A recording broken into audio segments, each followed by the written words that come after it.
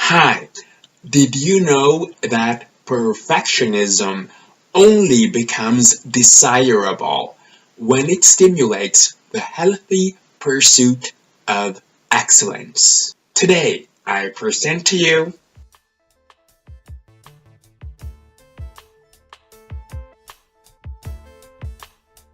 Hi, I'm Edwin Palmer, and today I want to talk about something which many highly gifted people struggle with: perfectionism. While we consider perfectionism to have many positive aspects, it can be a huge issue for gifted individuals. It's encouraged by the fact that we gifted individuals tend to be easily successful in much of what we do. First, I want to talk about healthy perfectionism. Then I want to talk about unhealthy perfectionism. And after that, I want to give you 6 tips which will hopefully help you to get rid of the unhealthy perfectionism. So what is healthy perfectionism? Well, healthy perfectionism refers to having high standards, a desire to achieve, conscientiousness, or high levels of responsibility. It's likely to be a virtue rather than a problem. Can healthy perfectionism become a problem? Yes, it can. It can become a problem because some gifted children may have difficulty with healthy perfectionism because they set standards which would be appropriate to their mental age, meaning the level at which they think. But they cannot always meet them because they are bound to a younger body, or the social environment is restrictive. Let's move on to unhealthy perfectionism, which stems from equating one's worth as a human being to one's achievements, and the simultaneous belief that any work less than perfect is unacceptable and will lead to criticism. Because perfection in the majority of human activities is neither desirable nor positive, this cognitive distortion creates self-doubt, performance anxiety, and ultimately procrastination. Parents, siblings, and/or classmates can trigger or further exaggerate this unhealthy perfectionism with good or ill intentions. So perfectionism doesn't sound like a good thing, right? What can we do to get rid of perfectionism? Here I present to you 6 ways to battle perfectionism. Number 1. Realize that perfectionism is the antithesis to happiness. This takes time though, but whenever you feel perfectionism rise within you, take a moment. Ask yourself why you feel perfectionism now. Why didn't you feel it yesterday? Realize it's bringing you down. Then know that if you throw everything at a project, invest your heart and your passion and your mind, you will be entirely secure in the outcome no matter what. So as long as you do your best, it's fine. So what I'm trying to say is perfectionism doesn't lead to happiness. It leads to stress and distress. Number 2, indulge in guilty pleasures. Sometimes us perfectionists need to indulge in certain behavior. I, for instance, used to have systems for everything.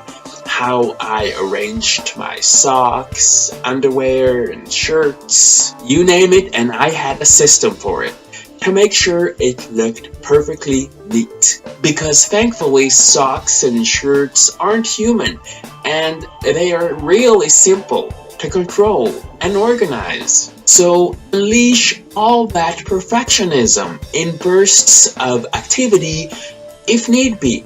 You will be pleased to know that I no longer have systems for everything. My bursts of perfectionism are limited to my video editing. So if you overdo perfectionism, you'll probably eventually grow tired of your own perfectionism. Number 3, keep your eye on the prize. Perfectionists have a nasty habit of not getting anything done. If everything is so perfect, why are we so ineffectual? Well, because a perfectionist starts with the goal of folding the laundry and ends up reorganizing the entire closet, refolding everything, and possibly even moving the aforementioned closet into a better position. Don't fall into that trap. Develop a finite goal and stick to it. Trust me, it's a lot quicker too.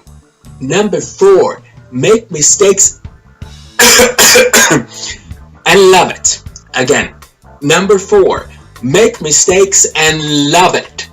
Mistakes aren't the problem. Being paralyzed into inaction is.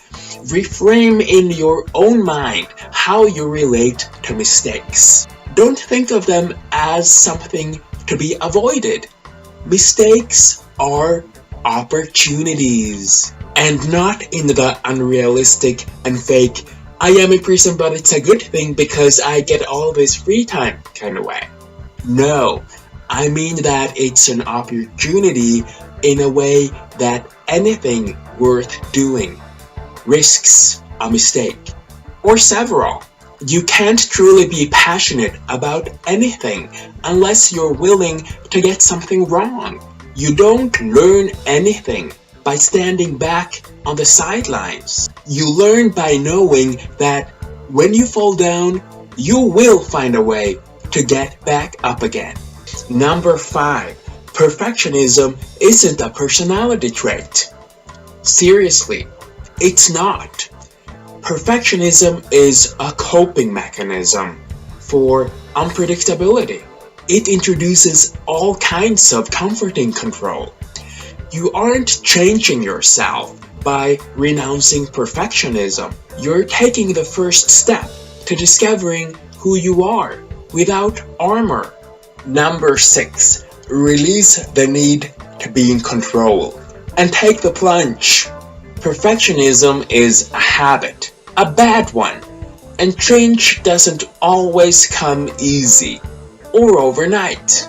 It's a choice which you will make a million times over, but it's liberating and it's worthwhile. Start small, set goals, and stick to them. Don't allow relapses into perfectionism dissuade you from your chosen course. Use systems at will. Allow yourself to make mistakes. You might finish a book. You might uncover a hidden talent, or you might stumble upon something even better, the ability to surprise yourself and others. Improve yourself. Stop worrying or doubting yourself. Believe in yourself. Go ahead. You can do it. I dare you. Right here you find the links to the articles where this information comes from. And I've left these links below this video, so you can copy and paste these links into Google to read more about this topic. That was all for today, folks. If you find the content of this video interesting, I'd be delighted if you subscribed to my channel. I'll be back on Tuesday, and this time I will give you more Swedish pronunciation training. So until then, I want to say have a great day. Bye for now. Thank you for watching. And I'm gone. Bye.